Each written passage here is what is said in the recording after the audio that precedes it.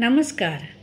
मैं रंजना कहानियों के संसार से निकाल कर लाई हूँ मुंशी प्रेमचंद जी की कहानी वरदान। यदि कहानी पसंद आए तो मेरे चैनल को लाइक, शेयर और सब्सक्राइब करें। विंध्याचल पर्वत मध्य रात्रि के निविड़ अंधकार में कालदेव की भांति खड़ा था।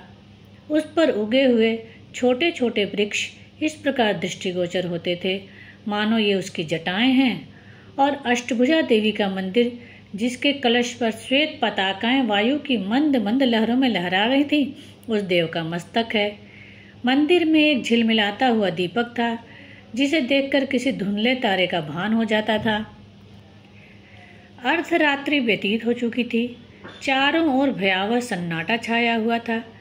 गंगा जी की काली तरंगें पर्वत के नीचे सुखद प्रवाह से बह रही थी। उनके बहाव से एक मनोरंजक राग की ध्वनि निकल रही थी। ठौर ठौर नावों पर और किनारों के आसपास मल्लाहों के चूल्हों की आंच दिखाई देती थी। ऐसे समय में एक श्वेत वस्त्र धारणी स्त्री अष्टभुजा देवी के सम्मुख हाथ बांधे खड़ी हुई थी। उसका प्रौढ़ मुखमंडल पीला था और भावों से कुलीनता प्रकट होती थी। उसने देर तक सिर झुकाए रहने के पश्चात कहा, माता, आज 20 मंगलवार से कोई मंगलवार ऐसा नहीं गया जब मैंने तुम्हारे चरणों पर सिर न झुकाया हो। एक दिन भी ऐसा नहीं गया जबकि मैंने तुम्हारे चरणों का ध्यान न किया हो। तुम जगत तारणी महारानी हो। तुम्हारी इतनी सेवा करने पर भी मेरे मन की अभिलाषा पूरी न हुई। मैं तुम्हें छोड़कर कहाँ जाऊँ? माता, मैंने सैकड़ों व्रत रखे, देवताओं की उपासनाएं की, तीर्थ यात्राएं की, परंतु मनोरथ न पूर्ण हुआ। अब तुम्हारी शरण में आई। अब तुम्हें छोड़कर कहाँ जाऊं? तुमने सदा अपने भक्तों की इच्छाएं पूरी की है। क्या मैं तुम्हारे दरबार से निराश हो जाऊं? सुआमा इसी तरह देर तक विनती करती रही। अकस्मात उसके चित्त पर अचेत करने वाला अनुराग का आक्रमण हुआ।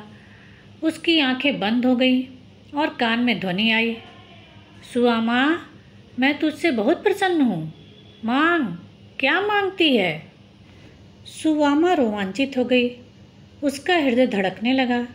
आज 20 वर्ष के पश्चात महारानी ने उसे दर्शन दिए। वह कांपती हुई बोली, जो कुछ मांगूंगी वह महारानी देंगी? हाँ, मिलेगा। मैंने बड़ी तपस्या की है, अतएव बड़ा भारी वरदान मांगूंगी। क्या लेगी? कुबेर का धन? नहीं। इंद्र का बल? नहीं। सरस्वती की विद्या? नहीं। फिर क्या लेगी? संसार का सबसे उत्तम पदार्थ। वह क्या है? सपूत बेटा। जो कुल का नाम रोशन करे? नहीं। जो माता पिता की सेवा करे? नहीं। जो विद्वान और बलवान हो? नहीं। फिर सपूत बेटा किसे कहते हैं? जो अपने देश का उपकार करे। तेरी बुद्धि को धन्य है। जा, तेरी इच्छा पूरी होगी। धन्यवाद।